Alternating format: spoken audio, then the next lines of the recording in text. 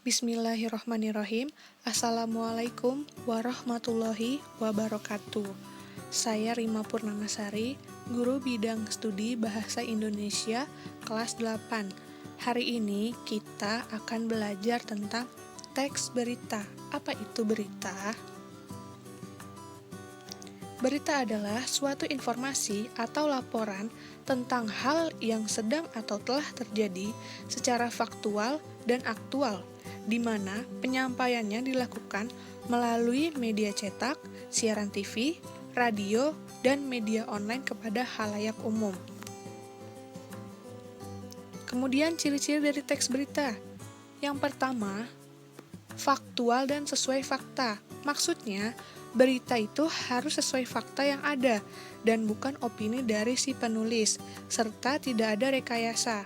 Fakta-fakta ini dapat diambil dari hasil wawancara kepada narasumber. Yang kedua, aktual atau terbaru. Maksudnya, berita melaporkan atau memberitakan suatu peristiwa atau kejadian yang baru saja terjadi atau sedang terjadi. Selanjutnya, harus bersifat objektif. Maksudnya, berita itu harus apa adanya dan tidak memihak salah satu pihak. Selanjutnya, bahasa yang digunakan harus yang jelas dan baku. Mengapa? Agar mudah dipahami oleh pembaca atau pendengar. Menyertakan info waktu tempat yang jelas. Mengapa berita harus menyertakan info waktu tempat yang jelas? Agar pembaca atau pendengar mendapatkan informasi yang detail. Selanjutnya, kronologis yang disampaikan harus secara runtut. Setelah ciri-ciri yang telah kita ketahui, berita mempunyai unsur-unsur berita, ada 6, yaitu 5W plus 1H atau adiksimba. Apa itu adiksimba atau 5W plus 1H? Yang pertama, what. What itu apa peristiwa yang terjadi pada berita itu tersebut. Kemudian, who. Siapa yang terlibat dalam peristiwa berita tersebut. Selanjutnya, where. Di mana peristiwa tersebut terjadi. When. Kapan peristiwa tersebut terjadi. Why, mengapa peristiwa tersebut bisa terjadi, dan how, bagaimana proses terjadinya peristiwa tersebut terjadi. Jadi, dalam berita harus terdapat 6 unsur tersebut. Yang pertama, apa yang diberitakan oleh berita tersebut, siapa yang terlibat dalam peristiwa yang diberitakan tersebut, di mana, kapan, dan mengapa, serta bagaimana proses terjadinya.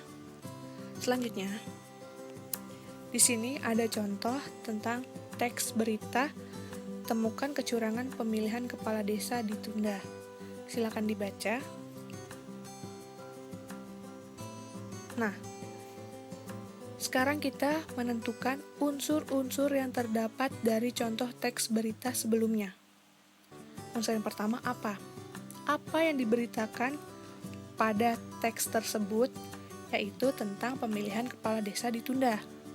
Kemudian, siapa yang terlibat pada peristiwa tersebut, yaitu Komisi Pemilihan Umum Kabupaten di Sukoharjo. Kemudian, kapan peristiwa tersebut terjadi? Sabtu 7 Desember 2019. Di mana peristiwa tersebut terjadi? Di Kelurahan Gedangan, Kecamatan Grogol, Sukoharjo. Mengapa? Mengapa peristiwa tersebut bisa terjadi? Karena warga merasa dibodohi dengan adanya beberapa calon lurah yang tidak masuk pada daftar sebelumnya. Jadi, mengapa itu? Alasan kenapa bisa pemilihan kepala desa di desa tersebut bisa ditunda. Lalu bagaimana? Bagaimana kronologis ceritanya? Unjuk rasa tersebut diawali dengan tindakan warga dan panitia pemilihan yang menyegel kantor Kelurahan Gedangan. Oleh karenanya, pemilihan kepala desa di desa tersebut ditunda.